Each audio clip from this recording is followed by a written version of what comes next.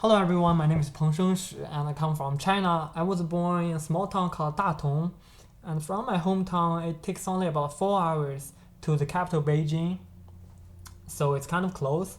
So today I'm going to introduce you guys the Valentine's Day in China. Now you guys probably wondering, how do relationships look like in China? Well, in China, the current dating and love relationships are very different from the past. Most dates start with early teens age. I think for most countries, dating like with early teens age are mostly innocent relationship. However, parents and schools will do their best to prevent the students from dating, because in their eyes, it will seriously affect our academic performance. Compared with the United States and other Western countries, China is more reserved in the education of dating and love relationship. Well, actually, we will indeed spend more time on study and homework. And homework and study are far more important in China. Most mature relationships appeared in college and university life. After entering the university, most of students have already become adult, and their parents' control over them or over us will be released. So the college time is the best time and also the most frequent time for dating. Some relationships will go into marriage after a long time being together, and some will break up for various reasons.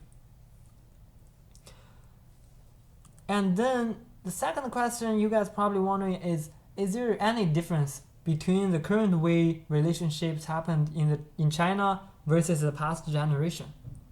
Well, for our elders, relationships such as love and marriage were really serious. Marriage and family are far more important to the past generation than to the younger generation today. Whether to have a children become less important now than in the past. Also, marriage and love relationships are not as free as today.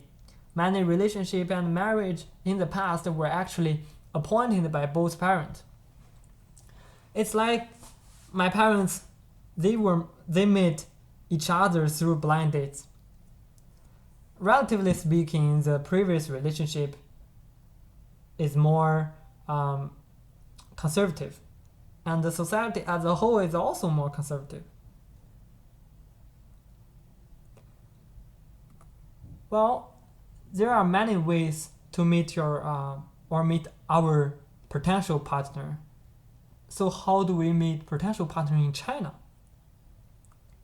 Well, in many love stories and movies, the story of the encounter between lovers is always the most romantic part.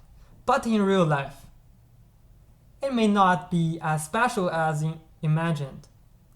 Most relationships start with friends, classmates, and friends of friends. Get opportunities to develop new relationships through various social activities in the circle of your friend is the most common way. However, the emerge of the pandemic has brought about change for all of us. Social media has become more popular, and more people are beginning to meet different people through the internet. Another way that is very popular in China is blind date. This is a dating mode for the purpose of marriage. As we grow older, the parents will worry about our intimacy. Therefore, they will find people with same or similar conditions to match us through their circle of friends. Because most of the process of getting married through the blind date is relatively fast. So the short time, like such a short period of time, may not, bring enough understanding between each other. So this also makes the method of blind date controversial. And at the end, I want to talk about in China, actually, we have our own traditional Chinese Valentine's Day. And the basic story is this. A fairy named Zhinu married a young man named Niu Lang. Life after marriage is very affectionate. And the relationship between them was very, very good. Or maybe very great.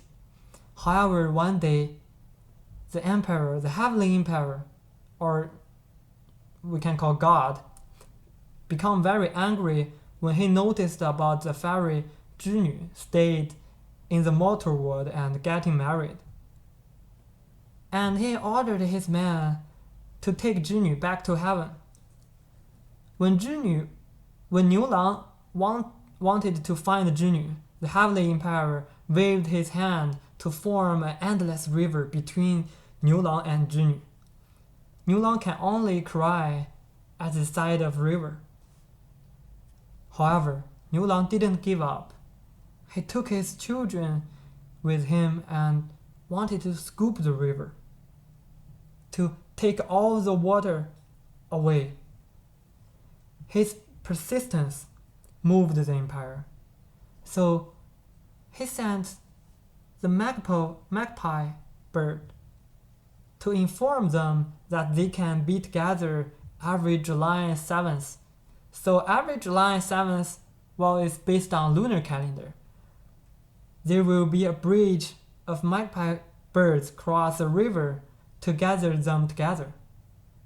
That's a whole story of Chinese traditional Valentine's Day. That's only the basic story, and if you are more interested, you can Google it. And hope you guys enjoy. Thank you guys for watching, and happy Valentine's Day.